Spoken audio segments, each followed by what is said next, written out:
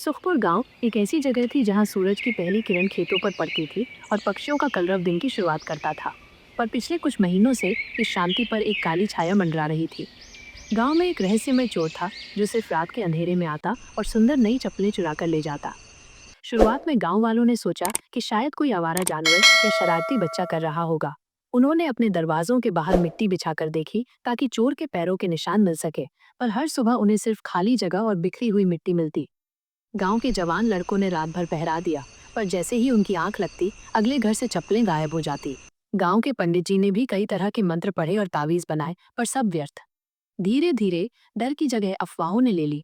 गांव के बुजुर्ग लालू काका ने एक शांत चौपाल में अपनी पूरी आवाज में कहा, ये कोई इंसान नहीं है, ये एक चुड़ैल है।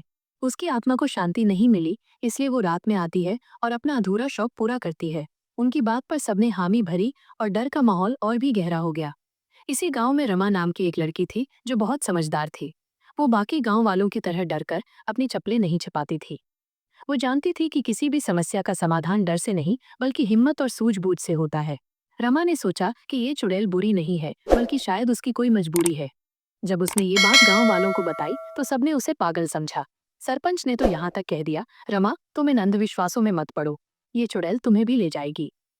एक रात जब पूरा गांव सो रहा था, रमा ने अपनी माँ की सबसे सुंदर सुनहरी चप्पलों को दरवाजे के बाहर रख दिया।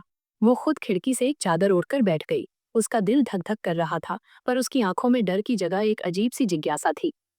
लगभग आधी रात के बाद जब हवा भी थम गई थी, उसने देखा कि एक काली परछाई धीरे धीरे उसकी चप्पलों की तरफ बढ़ रही है। वो परछाई एक दुबली पतली औरत की थी, जिसके बाल बिखरे हुए थे और चेहरे पर एक अजीब सा दुख था। उसके पैर नंगे थे और वो जमीन पर घिसटती हुई चल रही थी। जैसे ही उस परछाई ने चप्पलों को हाथ लगाया, रमा खिड़की से बाहर निकली और जोर से बोली, रुक जाओ, चुराने से कुछ नहीं मिलता।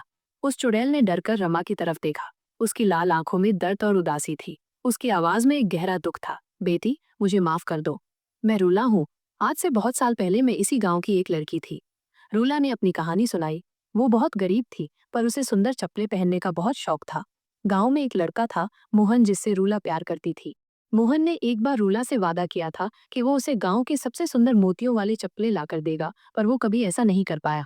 एक दिन रूला गांव के बाहर एक तालाब में पैर फिसलने से गिर गई और उसकी मौत हो गई। वो कहते कहते फूट फूट कर रोने लगी। उसकी आत्मा चप्पलों के लालच में भटकने लगी और वो एक चुड़ैल बन गई। रमा को उसकी कहानी सुनकर बहुत बुरा लगा। उसने तुरंत गांव के सरपंच को जगाया और पूरी कहानी बताई। सरपंच ने रूला की कहानी सुनकर गांव वालों को इकट्ठा किया। गांव वालों को जब रूला की कहानी पता चली तो उनके मन का डर धीरे धीरे करुणा में बदल गया। अगले दिन पूरे गांव ने मिलकर रूला की आत्मा की शांति के लिए एक विशेष आयोजन किया।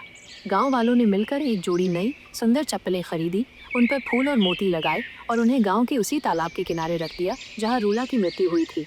पंडित जी ने रूला की आत्मा की शांति के लिए मंत्रोच्चारण किया। उस रात के बाद सुखपुर गांव में कभी किसी की चप्पलें चोरी नहीं हुई। रूला की आत्मा को अब शांति मिल गई थी। गांव वाले भी समझ गए कि हर भूत प्रेत सिर्फ डराने के लिए नहीं होते, बल्कि उनकी भी एक कहानी होती है। उन्होंने रमा की बहादुरी और समझदारी की बहुत तारीफ की।